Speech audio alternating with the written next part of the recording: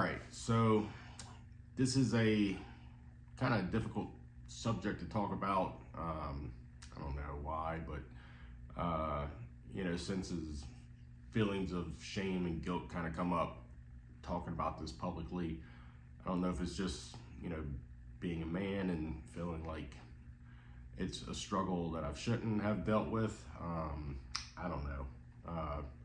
But it is something that I've struggled with severely over the years, like last 13 years of being on this fitness journey.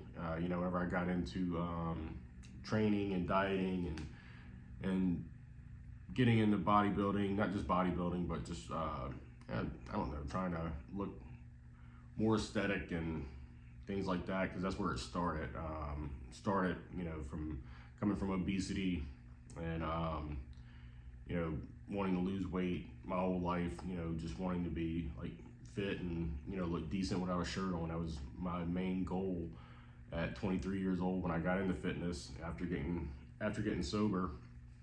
But the topic is, kind of like the dark sides of fitness and things that, to look out for, things you might deal with. But for me, the biggest one has been, binge eating, and, I even struggled with bulimia at times, binging and purging. And it's weird, like it didn't start out like not doing it on purpose. It's weird. I mean, I remember when I first got into fitness, it's a lot of cardio and, just trying to lose weight and starting to clean up my diet and stuff like that. And then learning a little bit more about diet and building a structured diet, kind of putting things together. And, things started working, started losing weight. And I talked about in other videos, I've struggled with, from being obese as a kid and as a teenager. Whenever I did get fit, I struggled with loose skin pretty severely, especially in the first few years. But yeah, I mean, the first time it happened, I just remember kind of being on my first ever kind of strict diet where I was like weighing stuff out and, measuring all my food and stuff like that. And the diet was going good and didn't have any problems for a long time in that diet. But the leaner and leaner I got, I guess the worse and worse the hunger noise and cravings for food got. And I remember the first time it ever happened was just decided to have cereal, like a cheat meal, decided I was gonna have, some cereal, and ended up eating a whole family-sized box of cereal. And just the result of that was naturally, some came up and then came up easily, and then, I didn't have to physically force myself to.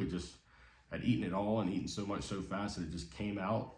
And that was the first time that had ever happened in my life. And, that would go on, every once in a while. It wouldn't be like a continuous thing. It would be, weeks of doing good, and then usually decide to have a cheat meal or something like that in the middle of a diet and just go completely off the rails. And man, I've had nights where I've eaten entire half gallons of ice cream, mixed with other foods and stuff. And this is all hard to talk about. Not something I like talking about. I don't think I've ever really talked to anybody about this. It's weird to be talking about it on the internet, but it could help some people, because I have gotten over this very hard thing to deal with. Usually if I'm in a weight gaining phase, a putting on a size phase where I'm eating a surplus, I don't have the hunger signals. And I don't really crave bad food. I mean, there's been different times throughout my fitness journey. When I remember when my wife was pregnant, I didn't care about dieting at all. I'm a good cook, and I would cook for her every night, and we would get Ben and Jerry's every night, and there was no problems with binging when I was doing that, because I was eating in an abundance of food and an abundance of calories and just training and just enjoying life. And when I'm in that state, I never have any problems with the, with the eating disorder. Now, I would still overeat. It's something I've dealt with my whole life. I have a huge appetite. So that's something I've always struggled with. And I've talked about it before. I had a few years where after I had kids and stuff like that and moved from Florida, and I kind of bounced around a little bit, and and I had a relapse when I was about 30 years old. I was just training here and there and just kind of eating what I wanted to and stuff like that. And I didn't struggle with the binge eating or the purging or anything like that throughout that entire time. That was like 4 years, kind of on and off, where I just wasn't really worried about aesthetics and things like that. Just not really focused on like bodybuilding type stuff. Just kind of training to be somewhat healthy. And I thought the problem had been, relieved itself, and, it was no more. But the last little bit over 3 years, I've gotten really hardcore back into bodybuilding and training and dieting and stuff like that. And I love it. I mean, it's my passion. And like I said, whenever I'm eating in a surplus or even like, months into a diet, it's not a problem. It's when I get extremely lean and when I start not extremely lean, but when I start getting lean and I'm, restricting calories pretty hardcore, and especially when carbs get low and stuff like that, I'll be fine when I'm on the diet. It's when I decide to have a cheat meal. It starts off as, like gonna have a high carb day with a, cheat meal at the end. And it can go off the rails when I'm really in that hunger state. And kind of the positive out view of the video is, amazingly, I wasn't even expecting this, but so this past year, I dieted down probably to the leanest I've ever been. And I had a couple episodes. I remember December of last year, same thing, just, having a cheat meal and just extremely overeating. And I was doing pretty good, throughout that diet. But towards that last month, I would do good all week, decide to have a cheat meal, and I wouldn't even have a cheat, definitely not a cheat day. I would, have higher carbs throughout the day and then have a cheat meal at night. And that cheat meal would just turn into, just a really disgusting amount of food, honestly. It just, it's ridiculous how much I would eat. And it's just because my body was so depraved, and, it's like I had no mental control over it. And I just couldn't stop eating. And, there were several times where the food came up, and, I thought that was kind of over with in my life. And that was the first time I've ever dealt with it again, was back in, December of last year. And I was like, wow, why the hell is this happening again? And everything else in life was going really good, then, it's just kind of like on this journey that I've been on, growing mentally and spiritually and stuff like that.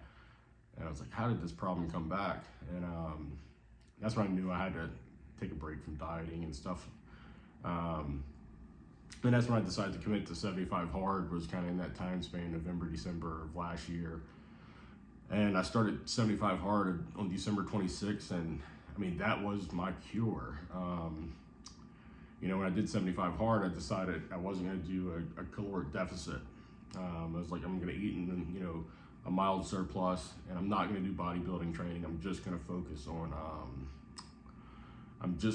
on strength training, just try to get stronger and enjoy training and eat a clean, very clean diet. And, it was like chicken, rice, beef, eggs, egg whites, that kind of stuff. It was all super clean food, but just eating enough to fuel my body, fuel the workouts and everything I was doing. And doing that 75 days without a cheat meal, it fixed something in my brain. Just the discipline of doing that program.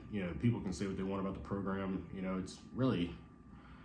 It's just having 75 days of strict discipline of not having a cheat meal, and committing to the things that you say you were going to do. I made a hard commitment to do that program, and I wasn't going to, fail.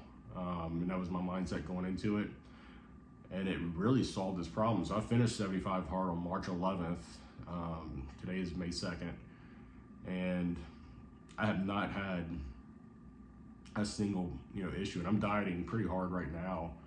I diet pretty hard through the week, and when I do have a cheat meal, usually it's something I cook at home, and I have portion control. I don't even know how it is, that I've had that. And one thing I've tried doing is, eating high protein throughout the day before my cheat meal, a little bit more satiating and stuff like that. And just really thinking about it going into it. It's like, do I really want to unleash this monster again? Do I really want to gorge myself to the point of feeling sick? What good is that doing me? So I think it's just, the 75 hard, the mental transformation I've had with that. Also, I mean, I feel like the relationship that I've grown with God over the last several months, and I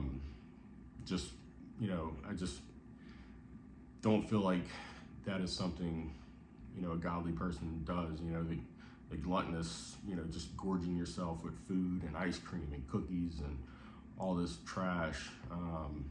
I enjoy food a lot, and I'm not like a food Nazi like some people who say you should never have, processed foods or anything like that. When I do have a cheat meal, I'll enjoy some cookies, a few. Sometimes, I might get pizza with my kids. But it's about portion control. And one thing I've learned to do is the cheat meal is where it ends. Not let that turn into a cheat meal plus dessert later before I go to bed. So usually what I'll do, eat my normal meals throughout the day, high protein, enjoy the cheat meal. And at nighttime, I'll still do my smoothie that I do. And I don't know, it's worked for me. And having a little bit of control over that problem that's kind of been a dark burden in my life for the last 13 years. It's freeing. So kind of getting back to the 75 hard program. I mean, I think there's something positive about just committing to doing something and having that much discipline for 75 days straight. It helped me tremendously. But also, more than anything, my newfound relationship with God, I think, has helped me more than anything with a lot of my addictions. Like I said, I'm in recovery, but I've had other addictions, and I've just seemed to really not struggle so much lately. So yeah, I wanted to make this video. I know this is a problem that a lot of people have probably dealt with, who get really extremely into fitness. And it's something that a lot of people don't talk about because it's a hard subject to talk about. But I mean, if it could help anybody, if anybody wanted to ask questions, I'm an open book. It's freeing to talk about this stuff, helps heal, talking about it with other people really does help heal, these burdens that we have in our lives. So thanks for watching.